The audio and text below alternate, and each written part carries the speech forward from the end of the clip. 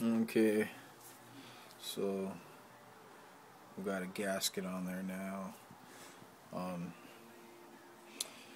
Your ring gap is 8 thousandths to 13 thousandths. So your feeler gauges, that's what you're going to be playing with right here. Anything out of that, it's out of spec.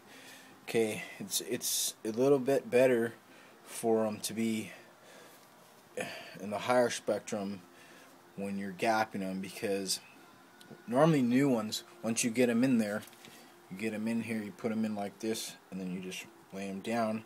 You use this bottom of your skirt, you push them in, just square them up, you take the feeler, you get in the gap. Okay, if the gap is too small, as the combustion, when the bike's firing, these rings they're taking all that heat and they'll expand and they'll warp, and then you'll be screwed. So if the gap's too small, there's nowhere to go, because when they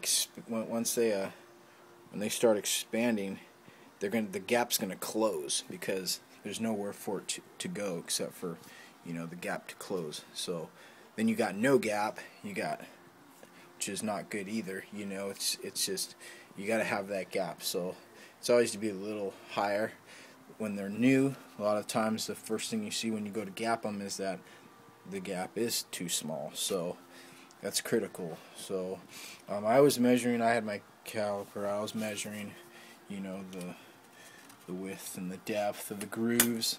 If you use your old ones and the pistons are still good, you can take an old broken ring, and you just grind out, get all the carbon out all the way to the bottom, and then they should fit in there, because you don't want them sticking out their sides.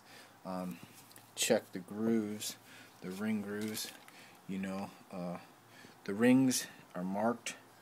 You can see this one says top. If you can see that or not, it's kind of, I'm using an i4 phone for all this crap, so, but it says top.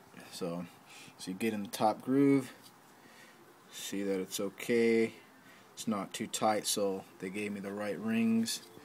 Rolls around in there pretty good. Alright, I gotta check the gap. So what else?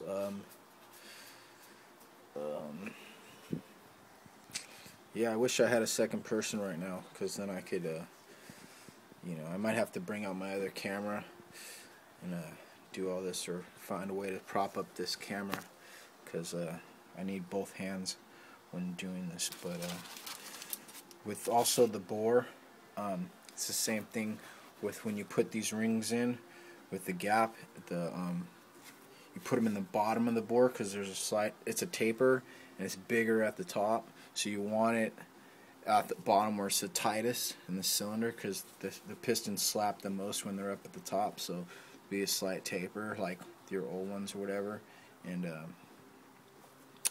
your old jug, if it's still good, and you're just replacing rings, so you go on the bottom, because that's where it's going to be the tightest. And like I said, you want a minimal at the tightest spot, so when they expand they don't close up. So you just gotta find the bottom of the jug, get it on the top and bottom. So that's the bottom, so you'd flip it over, stick the ring in the bottom, square it up with the piston. So I'm gonna do that next, and still record a bit more. I'm gonna figure out a way to prop this up real quick. All right.